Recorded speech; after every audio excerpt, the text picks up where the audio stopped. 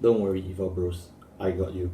Hey, what's going on, guys? I'm Rizzy4 here. Today I am back to cover Eva post Banlist in DBT 13 with LM04, with Shiranui, Luard, etc. etc.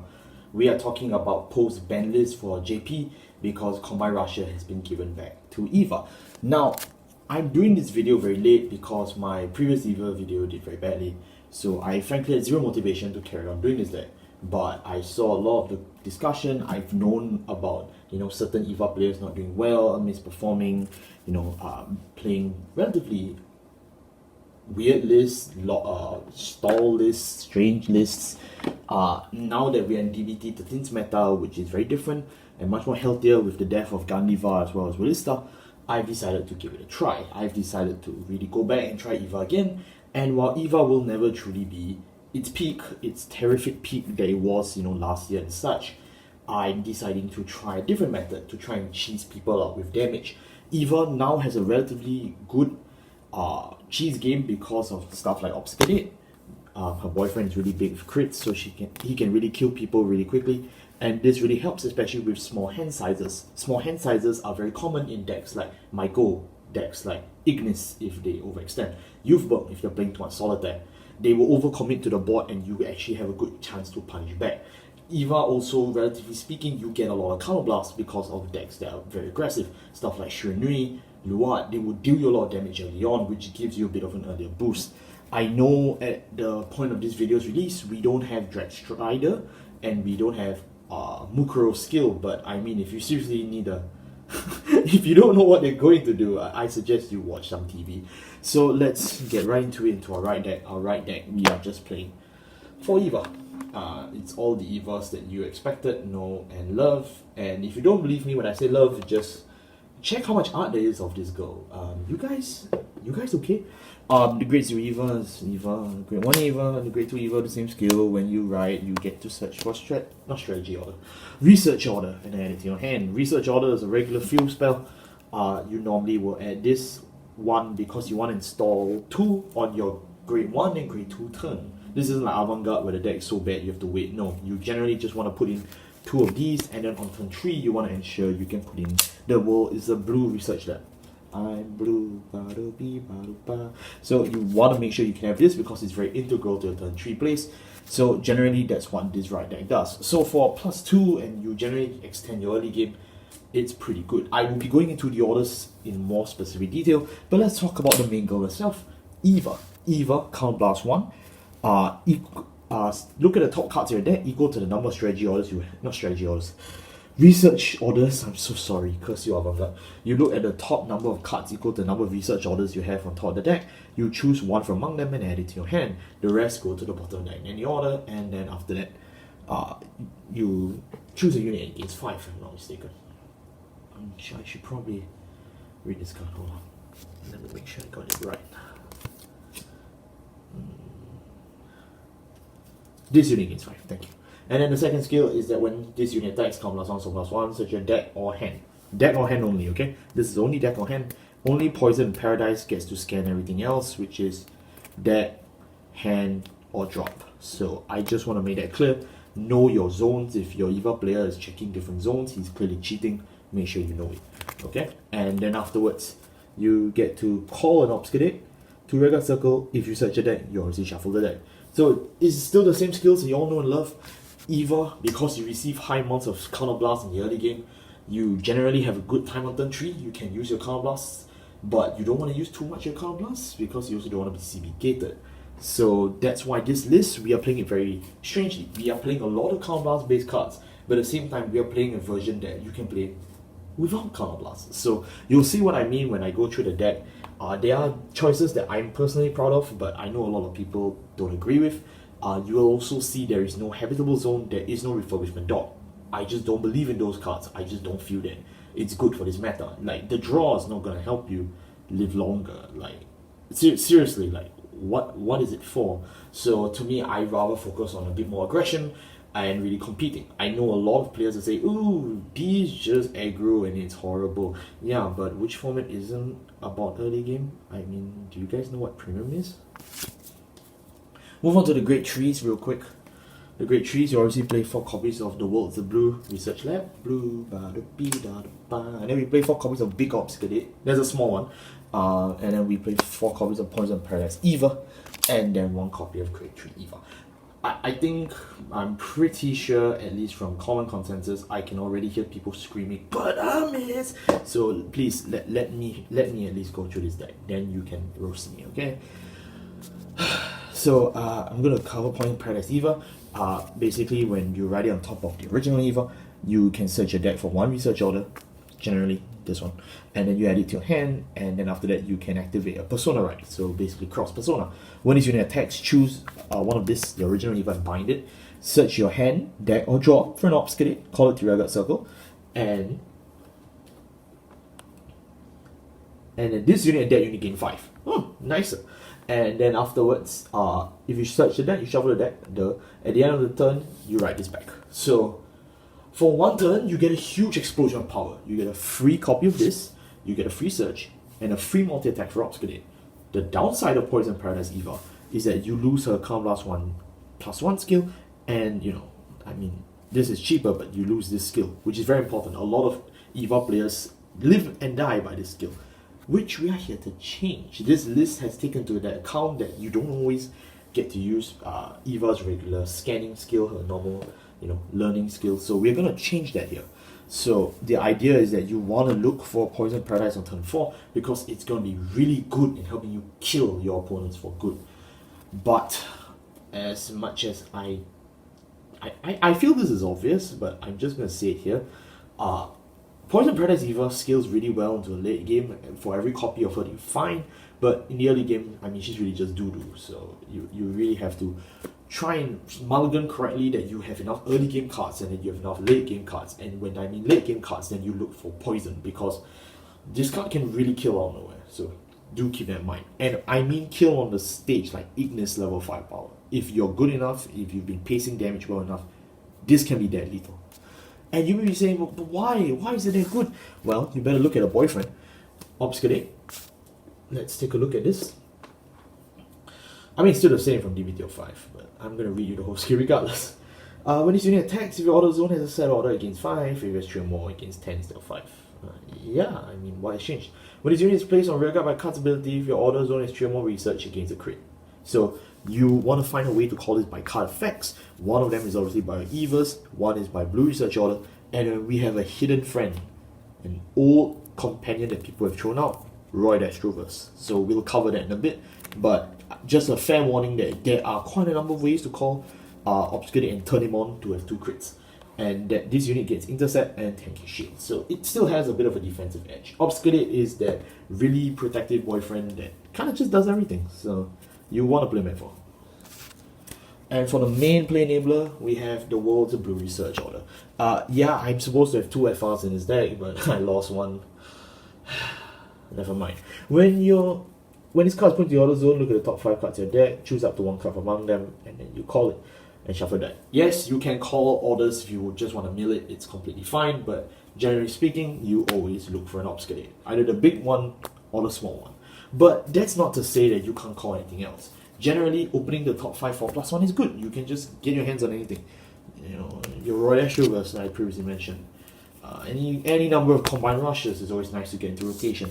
You want to thin this deck as much as possible to relieve the triggers behind and then just sack your opponents to hell. So when your opponent complains, hey, you're sacking, no, you've been thinning the deck, So that's generally the idea. But besides being a wonderful way to get units by superior call, there's one more effect. Soul Blast 1 and rest 3 research cards. In the order zone, choose one of your glitter units and it gains 5.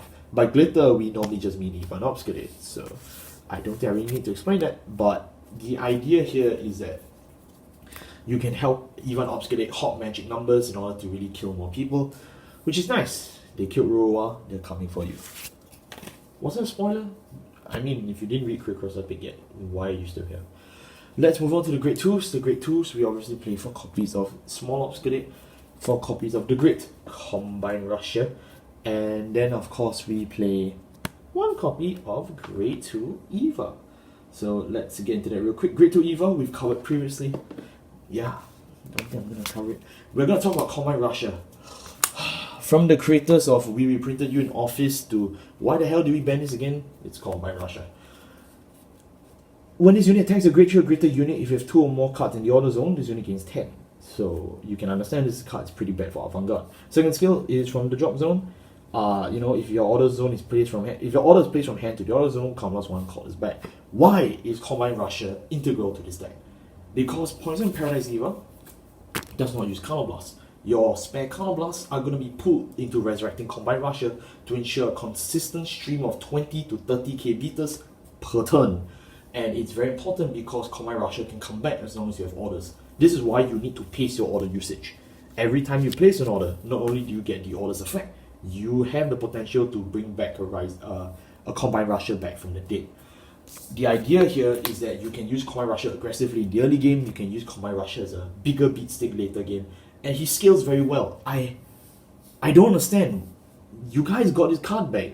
It's like no one cares anymore. It's like everyone is so hooked onto Assembler and Habitable Zone. Like this card is still really good in any aspects you're going to talk about it. Going second, if you're playing up on your grade 3 Eva turn, you still get a 20k beater. If you're going first, you still have a free 10k beater you can throw on the board quickly to really punch through. Assembler only gains boost. He gets the +1, but he can also whiff it. And of course, Habitable Zone, I mean, that's a whole different ball game. You need to find him in the early game, then you get a draw, and in the late game he just gets you dock, which just gives you 1 draw. So it's like, you get what I mean with this. There's a reason why Eva is on topping. It's because we need to relook at how we build this deck. When you're stuck with any deck in life, you should just relook it from the basics. It's a card game, for Christ's sake. You're not forced to play this card. You can do other things, which I wish some people learn, seriously. Like, come on. And then of course you have Small Obscurate. Small Obscurate is basically fake Vermilion. Yeah, you should know why I'm saying that. I'm a Vermilion main. If your order zone has 3 or more set orders, this unit gains 5,000 power and 5,000 shield. Yeah, pretty good. Yeah, same like Obscurate, it has nice 10k shield, 15k attacker, it's not bad. I mean, look at my goal. But you may be wondering, why does this card not have intercept? It has intercept in the card. If this unit is placed on rearguard by a card's ability and your auto zone has 3 or more research cards, this unit can attack all units in the front row when it declares an attack. So grade 2 Obscurate can pack in a mini Imitation Thunderbolt, and if you chain it in on turn 3 with your I'm Blue, you can really crush your opponent's early game aggro by just punching them back with a nice -2 and a fell sweep to the board. I will mention though, the downside of Obscurate is that he needs 3 research orders, which means you can only use this effect on turn 3, which sucks because we do carry stuff like Roy, who would be able to call out, Obscurate earlier, like for example turn 2, but sadly we can't use that. So I guess that's a downside to this deck, but then again I would call that more balancing. It kind of sucks though, because realistically speaking, even if you could do that skill, the only decks you really stop are stuff like Luard. You don't really get the chance to stop my goal because my goal just bounces all the rearguards back. I mean, even Ezel and Felty Rosa bounce back. So who are you hurting? Sienna just bounce back with Eureka. You don't really have much threats here, but at the same time, the option of just having a pocket Vermilion helps. So I would say this could be a 3-off. There are people that play a 3-off. But I personally run it 4 because it's just another Obscurate name you can play. And now we are going to move on to our grade 1s. Our grade 1s is really simple. Grade 1s, we play 4 Perfect Guards, we play 4 copies of Result of the Experiment henceforth, 2 copies of Roy, and then a copy of Eva. So this deck also really built itself because once you figure out some slots, you only have certain slots left. Perfect Guards, as I mentioned, I don't get any mention in. Yeah, we want Perfect Guards. I'm playing the 4 regular Perfect Guards. I'm not playing Sanctitude because our hand size is relatively small. Because, as you probably guessed, I'm not playing much addition packages. Therefore, I have a relatively smaller hand size. It's no sin to play Sanctitude, but I am playing this because I'm more worried about the bigger meta game as a whole. Because, Luard and Shiranui, you kind of need them to go up to Stride, and for Ignis, you kind of need him to ride up to Ignis. So, realistically speaking, the only people you're worried about in terms of a triple drive on turn 3 is Stravirina? Yeah, so all in all, You can play without Sanctitude. If you have Sanctitude, put it in. I still think it's a wonderful card. Please do not take me out of context. But if not, normal forfeit cards are always fine. Speaking of that, we've covered Grade 1 Eva.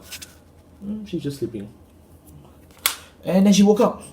This is the promo that sent Japan to hell, but gave Kidani a lot of money. What does it do?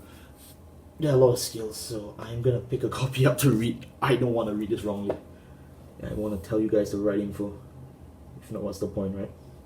So, result of the experiment, henceforth, in the auto zone, all of your obscurates cannot be retired, by opponent's card effects. If you're wondering why DBT07 Eugene just suddenly died in 2 weeks, you're welcome. But the other skill is that if your auto zone has 4 more research cards, put this into your soul, counter charge 1, choose a obscurate from the drop zone and add it back to the hand. So you can effectively bounce back your obscurates back to hand at a relatively net 0 cost, and 2+ on that is a counter charge. And you know, you still need to have 4 research orders, so if you take 1, it's -1, so it's 3. So always remember to use this Eva skill first. If you want to open the top 4, then you -1 with this. But you don't really, I wouldn't really call it minus, because you get so much plus out of it in the short term and long term. Like, who are you fooling? This card is insane. But I'm not going to sit here and tell you why this card's good. Because like, people at Different Fight can probably talk to you for 2 months on this, and they will probably get all the points right. I can't necessarily go through every intricacies on why this card's good. Like, oh, it's a grade 1, so it cheats the research grade. I'm not going to do that. But the moral of the story is you need to play 4. That you cannot tell me I'm playing less than 4. And then to my little spicy tech pick, we have Royd. I'm going to skip the first skill because if you're telling me you're actually generating Dragon Tree markers, what is wrong with you? But I'm going to tell you about your second skill. When an order is placed from your hand into the order zone. So for example, one of these, Counterblast 1, look at the top 5 cards of your deck, choose a card with the same grade or less as your Vanguard and call it. So if you're grade 2, you can look for stuff like Combine Rusher as well as Small Obscurity. If you're grade 3 though, you look for the big one. So it's just really good in general to help you thin your deck for the cost of a Counterblast. Now I understand that on turn 2 he's good, turn 4 he's good, but on turn 3 he is, I'm acknowledging it now, he is competing with Counterblast for our wonderful grade 3 Eva. So I do acknowledge that there's an issue. You will need to know when you want to use what skill. I know it sounds really lame, like, oh, you're attributing this to skill, but you should be able to play cards where you can time it right? So generally speaking, the reason why Roy is at 2 is because this deck is very bloated. If I could play 3 Roy, I would, but I don't want to cut stuff like Combine Rusher, who are clearly superior in terms of value. So my general consensus is to play 2 Roy Astrovers. If you want to play like a 3-3 split, I think that's possible. I haven't had enough time to get a 100% confident list with Eva, but from my oddish games with it since DBT 13, LMO 4, and testing into both Shiranui and Luard, generally this is what I'm relatively comfortable to go with. So I'm just going to wrap this up real quick. Let's talk about my grade 0s. My grade 0s, I play an over trigger, what a surprise. 3 effect fronts. I'm going with effect fronts because I generally feel that you want to push for aggro. Pushing for aggro means fronts. You don't need to draw because you're trying to cheese people with your crits and win. 4 heal, and then we play 8 crits. We're not playing the counter heals because we are more worried about the general aggro rush. So if you want to worry about general aggro rush, we can play normal heals. If you want to play in preparation for Ignis, or if Luard and Shiranui are big in your home states, I recommend all of you to play the counter heal that counts for grade 4s. But if not, I mean, this is fine. And that wraps up my Eva post-Banlist deck profile. Like I said, I didn't want to do this video. I think it's pretty evident considering the fact that for the last 12 months, I have not done an Eva video since DBT 08, because that one did really badly, so I didn't really care. And no hate to Different Fight, but realistically speaking, like, he's the only authority on Eva, so like, what's the point of even talking about this deck?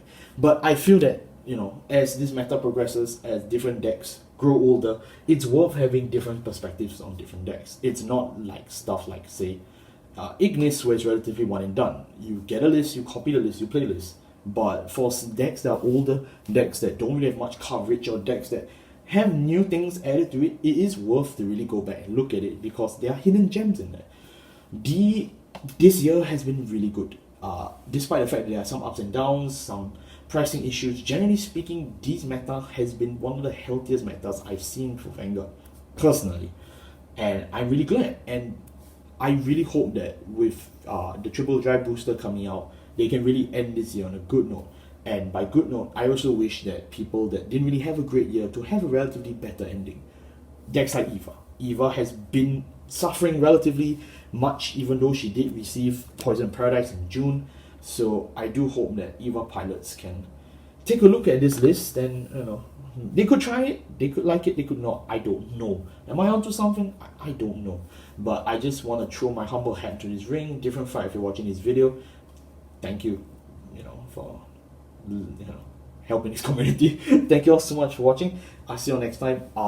I don't know whether I'll be able to cover Shiranui and Luard on time, despite me already having lists prepared for multiple situations. I will just say this right now. I'm very busy in terms of my personal life, as well as different plans for me to be able to. No, that's not pun. Like, seriously, different plans for me to be able to move on to some competitive games that I need to prepare for those metas, because I don't have a lot of turnaround time to test for 2 to 3 sets in a row. So I don't know whether I'll get to do the Shiranui and Luard videos on time. I'm very sorry in advance, but it's also a shipping issue. So as long as I can get my hands on either or both, I will cover them. It's a guarantee. If I can get my hands on any, it will be covered. So please stay tuned. If there's any other decks you'd like to see from just Vanguard in general, or even DLBT04, because we're still in that season, let me know in the comment section below. I may or may not cover it. Thank you all so much for watching. I'll see you all next time. Take care.